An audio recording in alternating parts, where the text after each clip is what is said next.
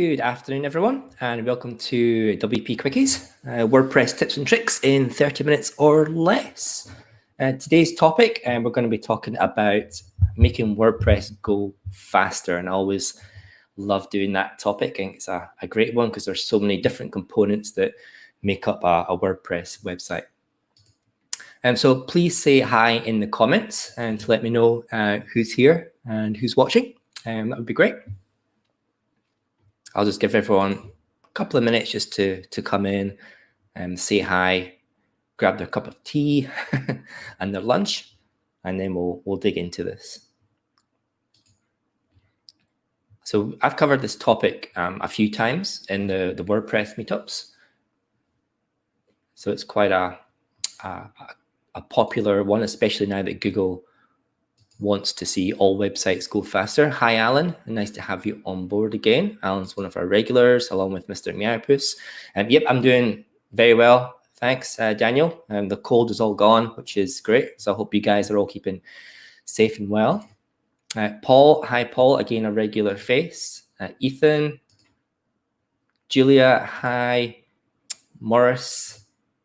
Oh, John. Hey, John. I've not seen or talked to you for many moons.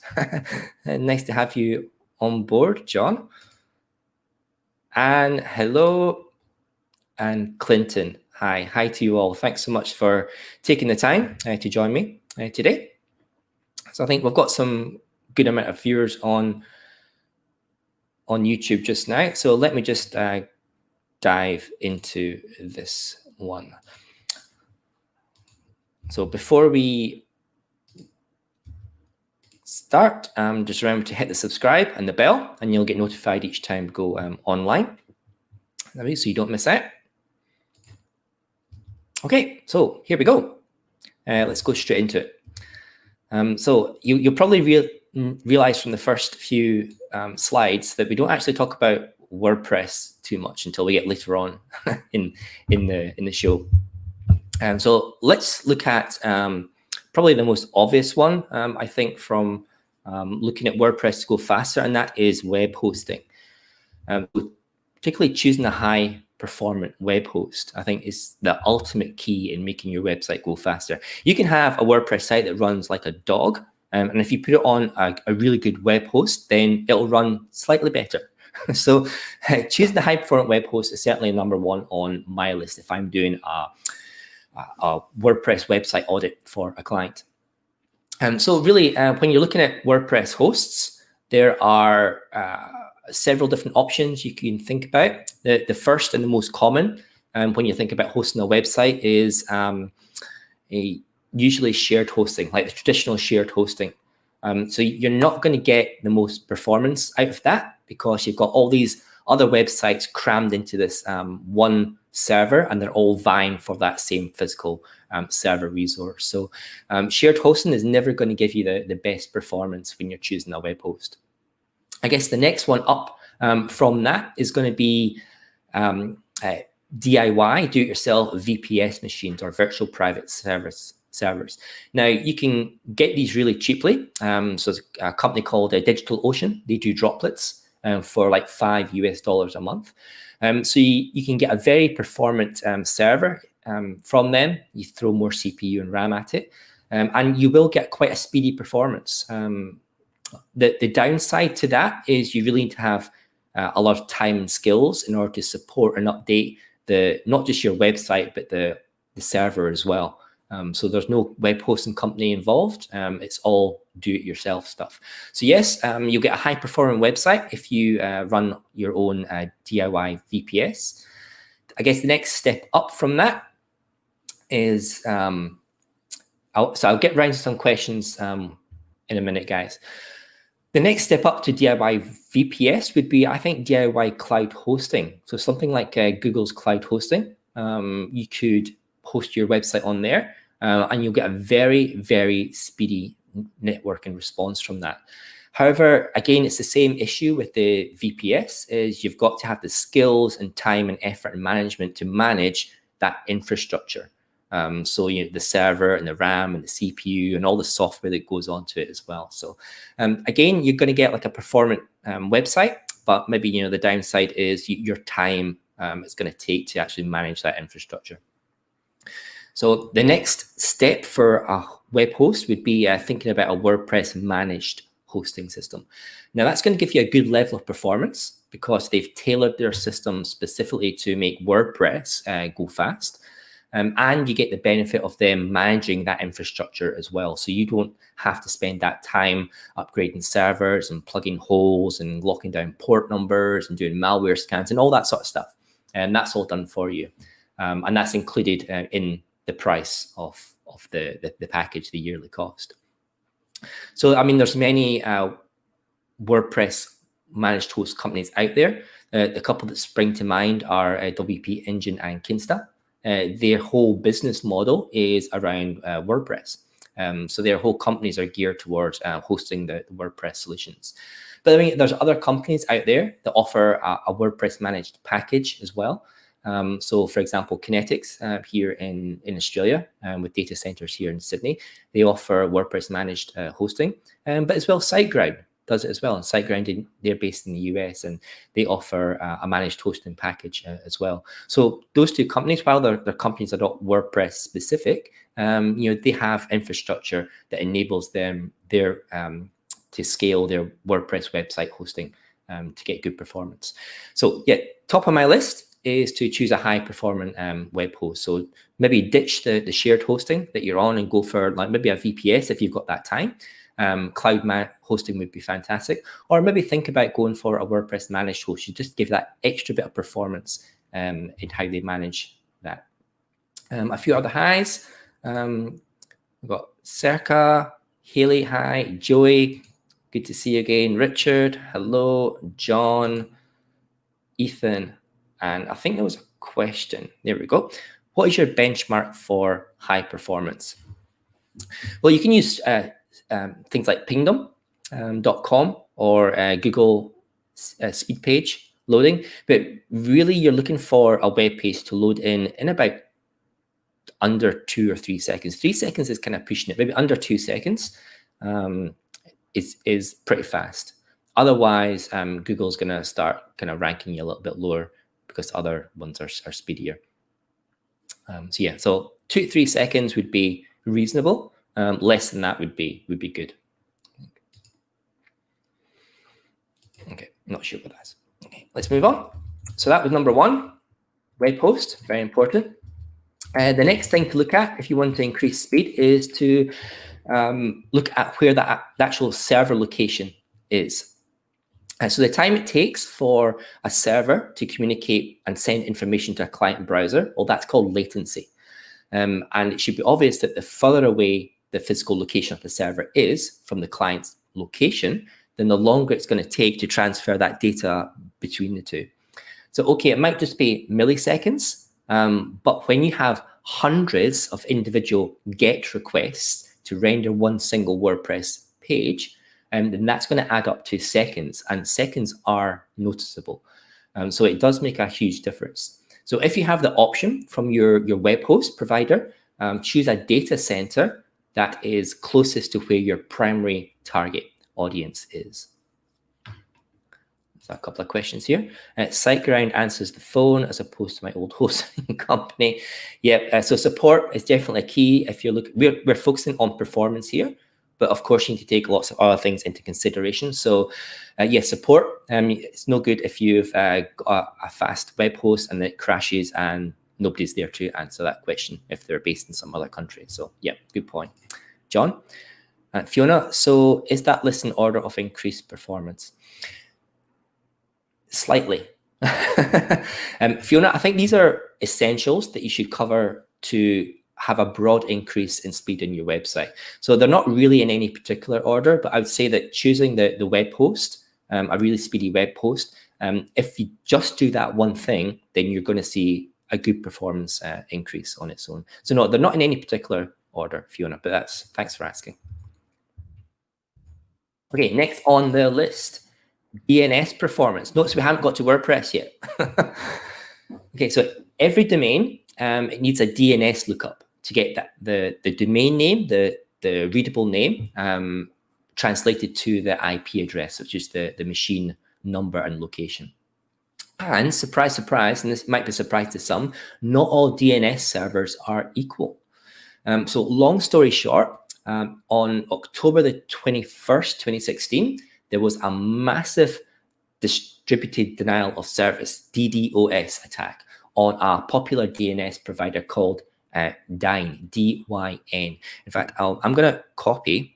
I've got all the links for all this talk here. So rather than paste them individually, I'm just going to post them all here to you guys. And the very top one on that list is a Wikipedia article on that particular attack.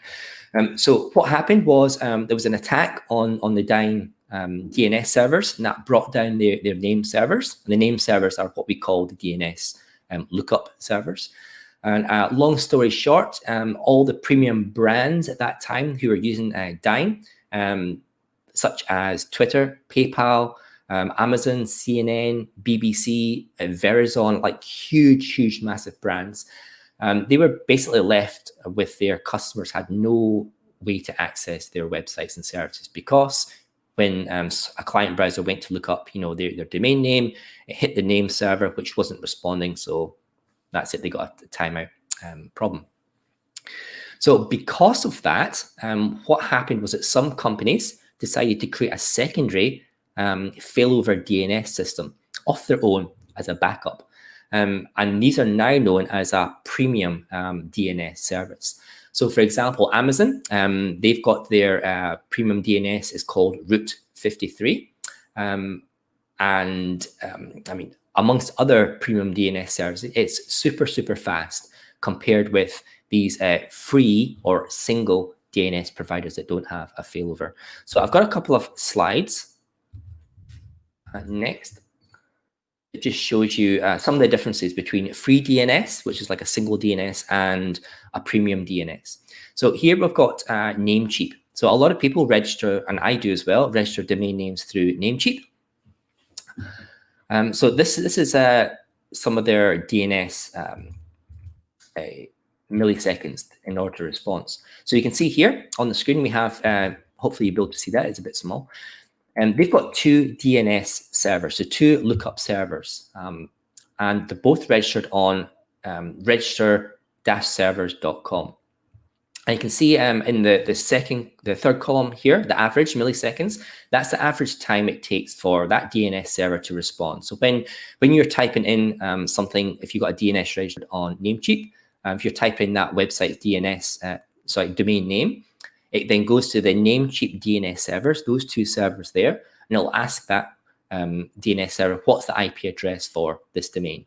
So it's going to take 60 milliseconds, 70 milliseconds for that Namecheap DNS server to then reply and say, here's the IP address for that domain name. So that is pretty slow. And notice as well, they're on the same domain, so there's no failover. So if that domain name goes down, if that server goes down, then there's no backup for that. That's it. Both servers are down and nobody will be able to get to your domain name, to your website, sorry. Now let's have a look at the premium DNS. So here we've got Amazon, Route 53. I know it's really small, guys. I'm really sorry for that. I'll make these available on the website later on. Let's see, make that a little bit bigger. It doesn't really make much difference. But I'll tell you what it is. So the DNS in Amazon, they have 1, 2, 3, 4 different failovers. So notice that a .org, a .com, a .co.uk, and a .net as well. So 4 different failover DNS. The first one here, it's coming back as, well, even I can't see that, 16 milliseconds. So that's 16 milliseconds compared to 60, 70 milliseconds from Namecheap. So that's a huge difference. Just in that one thing, just choosing a different DNS provider. The second one here is got 79, which is not so good. But then the next one here is 19, and the next one is 20 milliseconds, I think. So absolute huge performance. You're basically cutting that time down by about 500% just by going for a premium DNS service. Okay, so yeah, so DNS, definitely something to look at. Another step in making your website go a little bit faster. Let's see. Okay, next on the list is CDN. So CDN is a content delivery network. Basically, what it does is it's a fantastic way of speeding up your website. So a CDN caches copies of already visited pages from your website to multiple servers around the globe. And what that means is when the next person goes to look at that page, if it's got a cached copy in a nearby server, it sends that to the client. And that, again, reduces the latency time, the time between the server and client, therefore increasing the apparent speed of the website. So, of course, CDNs aren't perfect, and there are certain areas of our website that can't be cached, such as shopping carts, checkouts, and of course gated content like membership sites. Now, some of the popular CDNs, one popular CDN that I use for some of my clients and some of my sites is Cloudflare. It offers both free and premium plans, but you can do a lot on the free plan itself.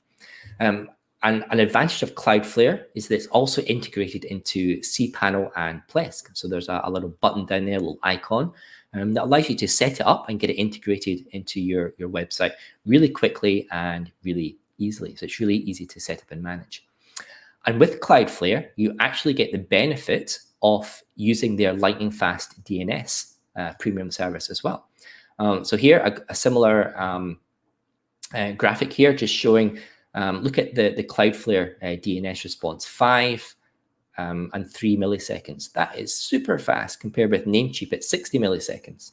So even this one thing, even just going using Cloudflare and then getting on their premium DNS, you're shaving 500–600% off the time to first byte, the time that the server responds to say, here's the address of the website, go and visit that. And there is a service out there, and it's in the list of links. It's called DNS Perf. And if you go to that website, DNS Perf, if you put in your domain name provider, so the company you've registered your domain name with, it will actually tell you the millisecond response time that your service is, and it'll show you like the top 20 as well, and then where your DNS service is in comparison with the list. Joe, as in where you buy domain name from and thus the DNS. Joe, did you ask another question up there? Okay. Well, I do use Namecheap for a lot, but I use some of the Australian networks as well. I'll get a list for you. I'll put that in at the end, but I want to keep going with this because I've got a lot to cover within a short time. Next.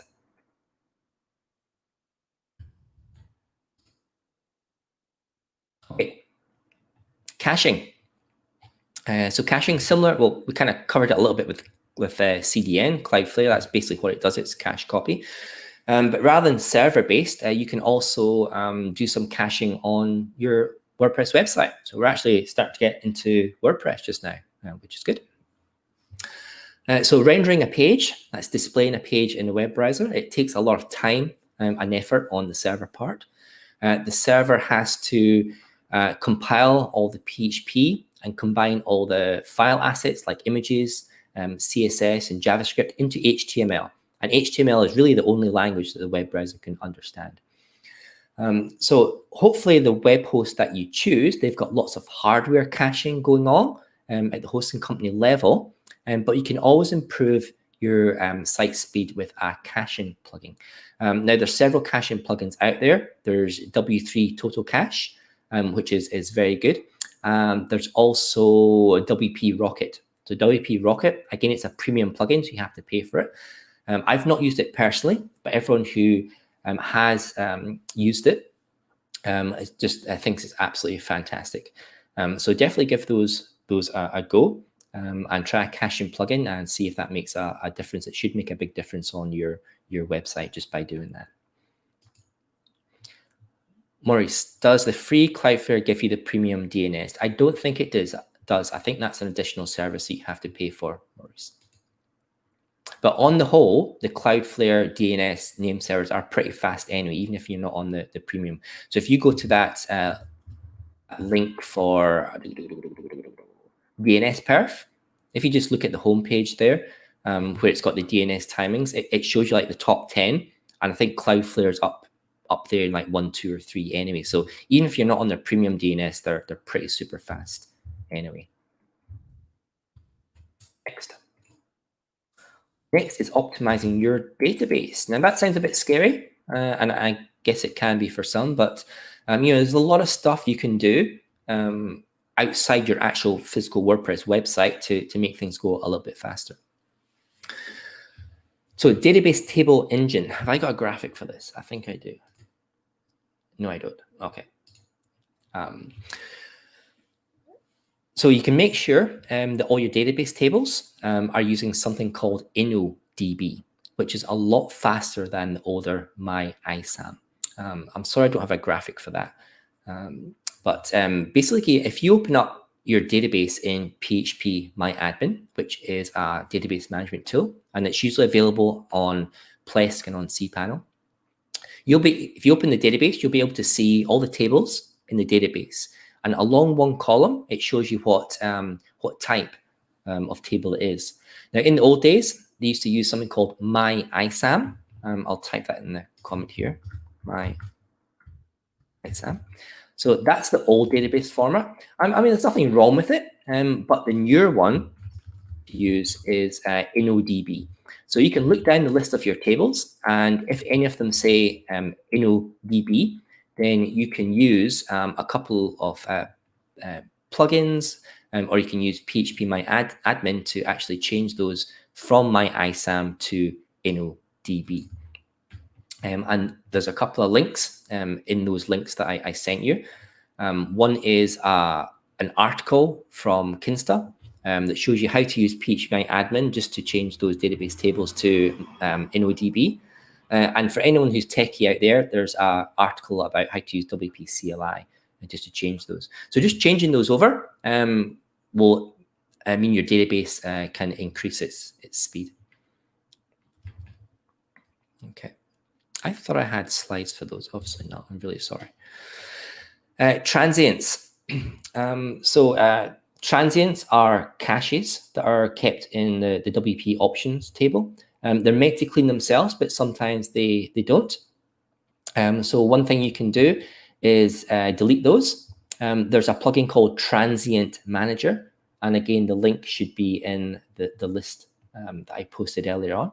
The Transient Manager just allows you to go into Tools in the admin and then just delete all the transients. It clears them out.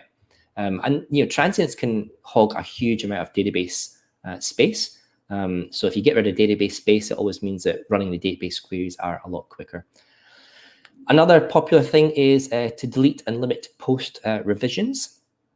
Let me just check. I thought I had. Maybe I've just got things out of order. No, I haven't. Okay, sorry. I thought I had all these slides for it, but I don't. So yeah, delete and limit post revisions. Now, by default, WordPress saves an unlimited number of revisions to a post. So each time you save, it will save a copy of that in the database. And, going over months and years, that can add up to an awful lot of database space. And nobody really needs to take up humongous amounts of database space. So you can delete them using a plugin called WP-sweep. And the link, again, is in the list of links I posted earlier. So you can do that, use that plugin, and it'll allow you to delete all those stuff, and you'll resave all that space in your database, which is great. Another alternative that you can do is you can actually, once you do that, you probably want to limit the amount of revisions that WordPress does. So open up your wp-config.php, which is the main configuration file in WordPress.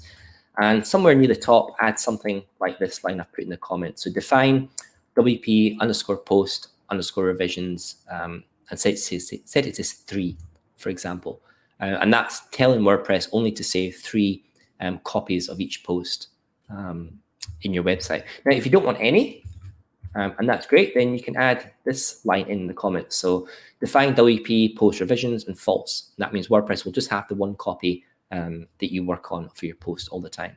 And doing that can save huge amounts in your database, which is always good for speeding things up. Definitely have a look into optimizing your database. Now, I know I do have a slide for this next one. So optimizing your images. Okay, so we're starting to get a little bit more WordPress related now. So obviously, the larger your images are, the longer it's going to take to download them from the server, and the slower your page is going to be to render, to be created, to show in the web browser. So I've got a quick summary for this. Basically, is don't muck around with WordPress image upload plugins or optimization plugins from that. Do all your optimizations on your local machine before uploading them, and then you just get rid of all that pain. So there's plenty of native PC apps and Mac apps for doing that, and to run single image optimization, or to run as a batch mode in a directory. So there's one called File Optimizer for PC, and there's Image Opt-in for the Mac. And the links are in that list of links that I posted. So what happens if you already have a lot of media up on your website? Well, you use cPanel or Plesk in the file manager, and just simply zip up your WP content uploads folder, then download it onto your local PC, unzip it, and then use one of these apps to run through all the images and compress them and optimize them. Zip it back up, upload it using File Manager to your web host, and unzip it there, overwriting all the files. So that's a great quick way of just optimizing all your images. You can reduce images from megabytes in size down to just a few kilobytes by reducing the quality from maybe high to medium, and it'll make a huge difference in your web page size. I've had clients uploading images that are 5,000 by 3,000, straight from their phone. So never a good idea. Always optimize your images on local. I'm going to speed up a little bit because it's almost past already. Sorry about that. Okay, another thing you can do is offload media. So if you've got any large media files like PDF, audio, or video, they should reside on cloud storage like Amazon S3 or Blackblaze B2, or vertical services like Vimeo for videos or SoundCloud for audio. Any reputable cloud service is going to be super fast, and your web server is not going to have to expend any resources other than a single get command to grab it down from the cloud host. So definitely offload all your big media, get it off your website so your web server doesn't have to bother about them at all. Another thing is offloading email. Again, I come across this many times where people have installed a newsletter plugin, or they have a subscriber list on their website. Now, that's great for the first 10, 15 people. But then as your subscriber list grows, then your server's taking more time to send out all these emails. And you're basically turning your web server into an email server. So please don't do that. Sending out emails, it's a very costly resource, especially if your email list is large. And it can also get your website IP server blacklisted, the address blacklisted as well. So please use an emailer service like SendGrid or Mailgun. And make sure your subscriber campaigns are run in an email system like ActiveCampaign, Drip, or MailChimp. So completely offload that from your website, and your web server will run a lot better. Just a couple of, I'll get to some of the images at the end, so we're almost there, almost at the end. Pingbacks and trackbacks. Who uses that anymore? Do you even know what they are? Well, this is from the old days of WordPress being a blog. So you get notified, your website would get notified if someone linked to some of your content. I don't think anyone really bothers about that anymore. So yeah, I would just suggest disabling it, because it does take a little bit of server resource. If you've got a busy blog with lots of people linking, you don't want the web server to constantly be adding stuff from other websites. So just let Google Analytics take care of all that stuff. So quickly just go into the settings discussion and just make sure that checkbox is unchecked, and then you're saving that little bit of time with your server not having to deal with pingbacks and trackbacks. Okay, now we're getting down to the WordPress nitty-gritty. So WordPress theme. So of course, your functions are built into a theme, and these functions can have an impact on speed. So themes that offer hundreds of features, for example, tend to load many CSS files and JavaScript files, as well as external services like Google Fonts, for example. And all this is going to slow down the render, the creation of your web pages, because it's having to suck in all this extra stuff. So the best themes that you can choose are those that have been custom built for your website using a lean theme. So you might not be able to pay for a designer or a developer. So there's 3 popular themes that are quite speedy that you might want to have a look at if you maybe want to rebrand or theme your website. One is GeneratePress, and that's like super quick. Another one is Ocean WP. It's not as quick as GeneratePress, but it does have lots of layouts and stuff in there. And again, it's generally a lot faster than most other themes. And Astra as well. Astra's pretty good. Astra's got a lot of stuff in it, so it does load external libraries and things, but it does allow you to enable and disable which modules it uses. So it's very good in that way. So you can make it lightweight and then just switch on the things that you need if you want to use, for example, Google Fonts, and just switch on that particular module. Now, a couple of those, Ocean WP and GeneratePress, now they do rely on using a page builder to create all those page layouts. And Page Builder, just a note on them, they can also make your pages go a little bit slower because they're loaded in lots of CSS and JavaScript files to support that Page Builder layout.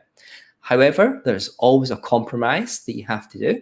And the compromise is, okay, your web page might be a little bit slower, but look at the amount of time that you're saving and money as well, not having to go to a designer or a developer and being able to create all those beautiful page layouts yourself. So a couple of the most popular page builders are Beaver Builder and Elementor. They're really good and they're quite lean for what they do compared with some of the other page builders like Divi or WP Bakery. They're pretty heavy page builders. Okay, next one. Okay, I think this is the last one. So now we're talking about auditing your plugins. So please don't get hung up on the number of plugins you have. I always get asked how many plugins is too many. There's not a number for that. It's all about the quality and the functionality that a plugin does. So for example, are you just using one function of a plugin that offers hundreds of other stuff? Jetpack. So Jetpack is a common plugin that a lot of people use, and they might only use 1 or 2 features from it, but it's got all this stuff available and all that extra stuff. I'm not just going on to Jetpack, it's lots of other plugins as well. And all this other stuff can slow your site down because it's loading extra files and resources. So basically, have a look through your plugins. If there's a plugin that uses a whole heap of stuff and you only use maybe 1 or 2 things from it, then consider going out and looking for plugins that just do that 1 or 2 specific things and replace that huge plugin with just those 2 lean, neat plugins. So another question as well I get with this plugin audit is, how do you know which plugins are causing a performance issue? Well, the first thing you can do is go into the WordPress built-in health check system. So that's in your dashboard, go to Tools and Health Check, and that'll pop up some any issues that it finds if it's finding with PHP or memory issues or speed. So that's definitely the first place I would look. The second place I would use if you want to do this on the free, there's a plugin called Usage DD, and it's in the list of URLs I posted at the beginning of the talk here. And what that does is, have I got a, no, I don't have a slide for that. It just allows you to go through all the different resources and all the queries that all these plugins are doing. So you should be able to quickly see which plugins are taking the longest to load and the longest to do queries from. And then you can maybe have a consider whether you really need that plugin and replace it with something else.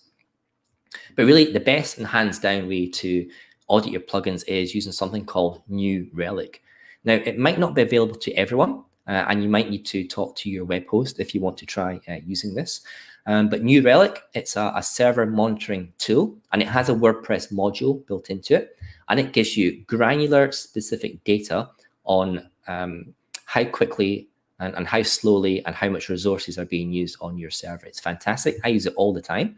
But I'm quite lucky because I use Kinsta and WP Engine, and they have New Relic installed or available for that.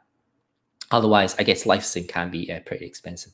So you can see here, there's on this visual here, So we've got New Relic running the WordPress module, and we can see it's actually telling you the top 5 plugins and themes and how much it's taken to load them in and to run.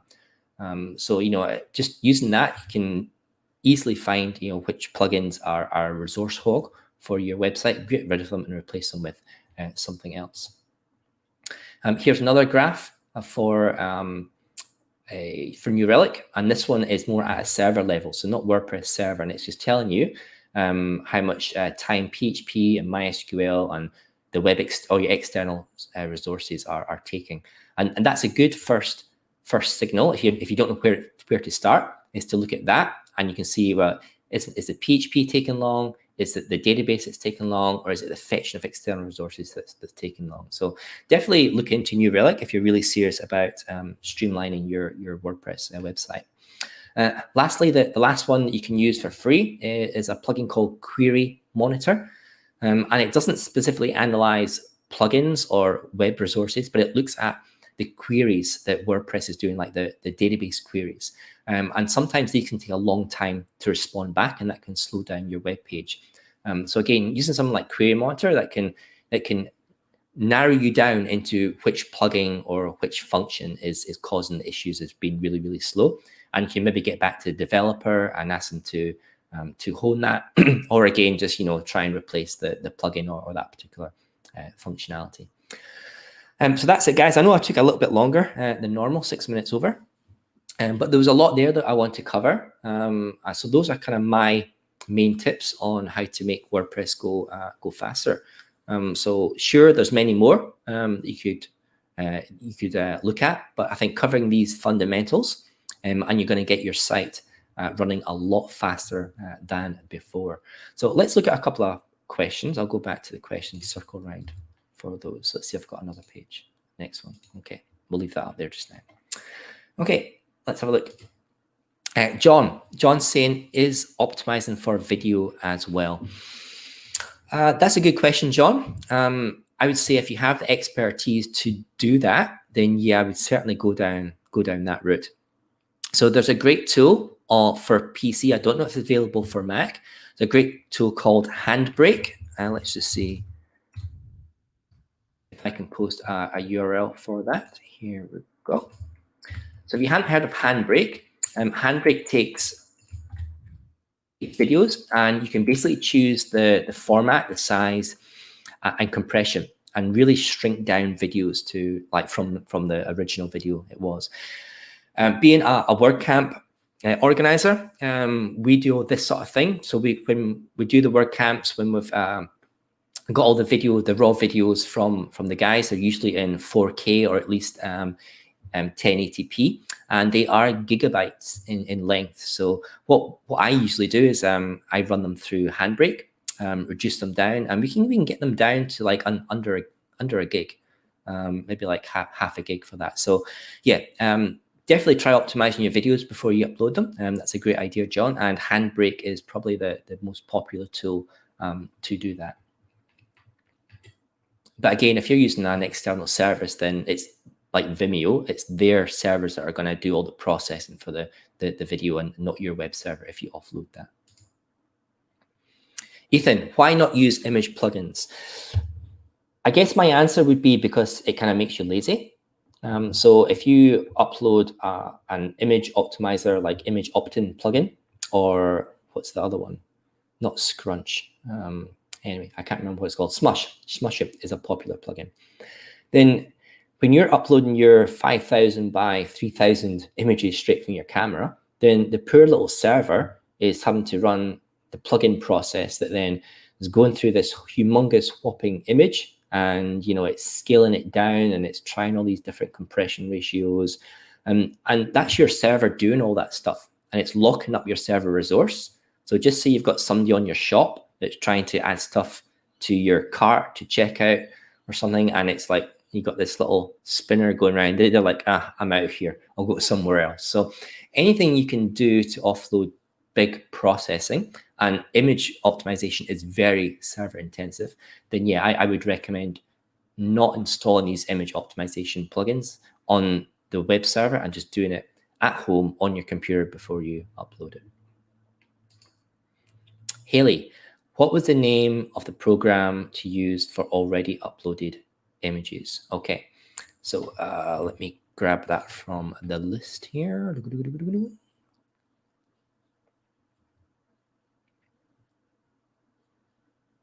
Maybe I didn't put it on. That's probably why. Okay. I will get that for you in a second. Let me just go there. I thought I had that in the list, but obviously I don't. I do have it here. I've got links on my blog post. Okay, copy that link. Here's the first one. This is for PC. It's called File Optimizer. And that's from SourceForge, which is a reputable place to download stuff from. So it's File Optimizer. So you drag and drop files onto it. And you basically tell it, yeah, I want it to compress for medium or this percentage, this sort of quality. And it can do it for single images. And it can also do it for directories as well. So you can just say, all the stuff in this directory and recursively as well. Then please just go and chomp all these things and squish them down. And that's the Mac one there, image opt-in there.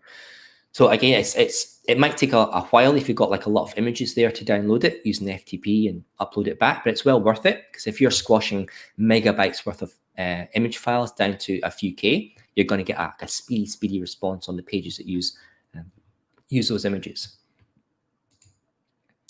Julia, I use contact form entries plugin. Would you recommend this to store contact form entries, or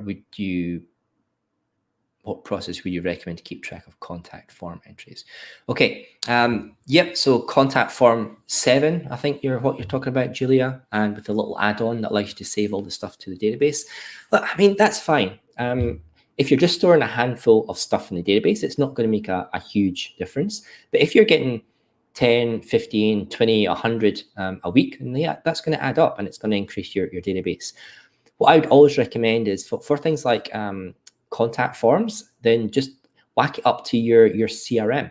So if you can create there's lots of free CRMs out there. There's Mailchimp, and there's lots of plugins that allow you to connect things like Contact Form 7, Gravity Forms, Ninja Forms, and rather than store it natively on your PC, once somebody presses the submit form, then it uses the API just to put it up into your CRM, and that's offloading all that processing away from WordPress, and you're getting it in your CRM.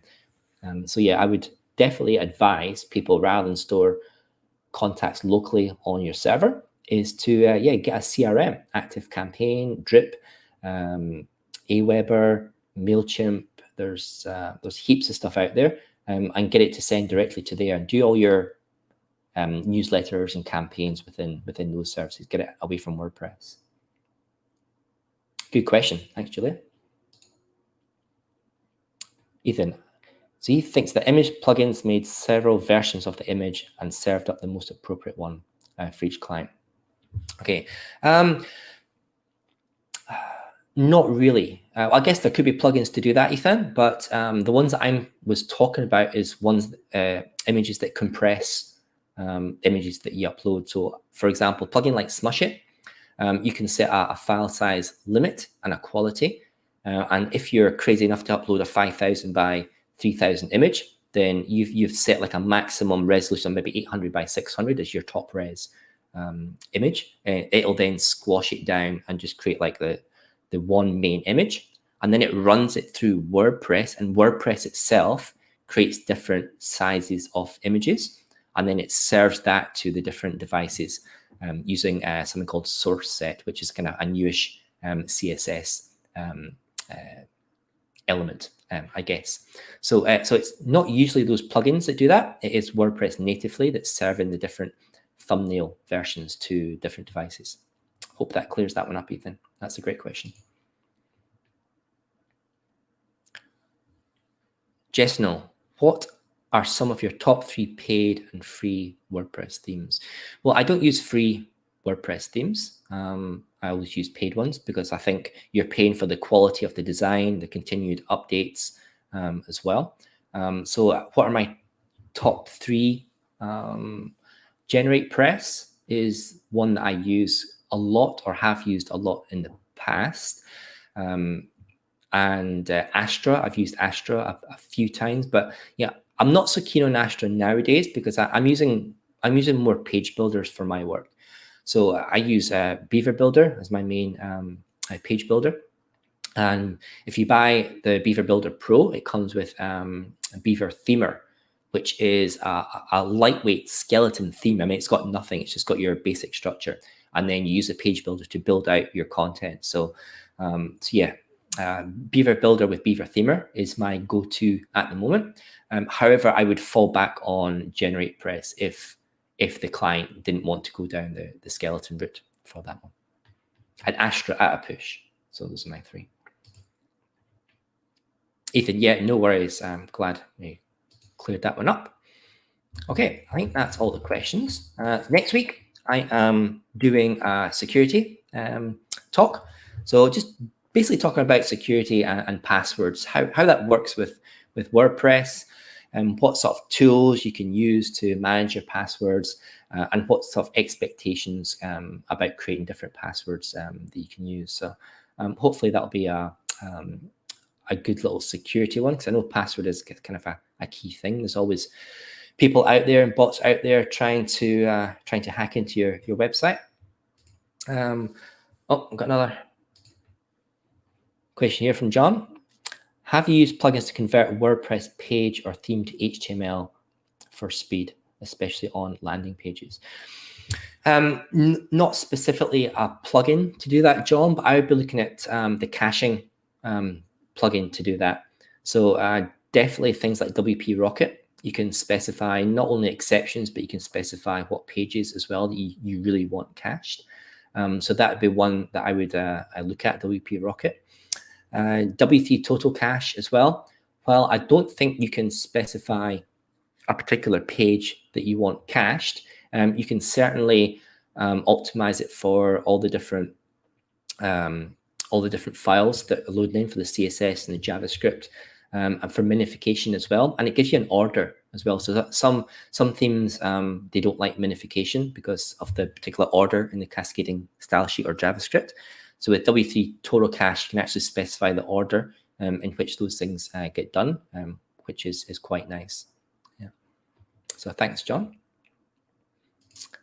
Julia, no problem. Circa from Mike. Hey, thanks, Mike. Alan, yep, I've waffled on a lot more than I normally do today. It was a lot. And Joey, thanks. So guys, if you have any ideas for some more quickies, fill out the form. It's in the comments below the video for there. And that'd be great to get some extra comments. That's me. So connect with me on LinkedIn or Instagram or Twitter. And yeah, thanks very much for tuning in. And I will speak to you guys next week. Thank you.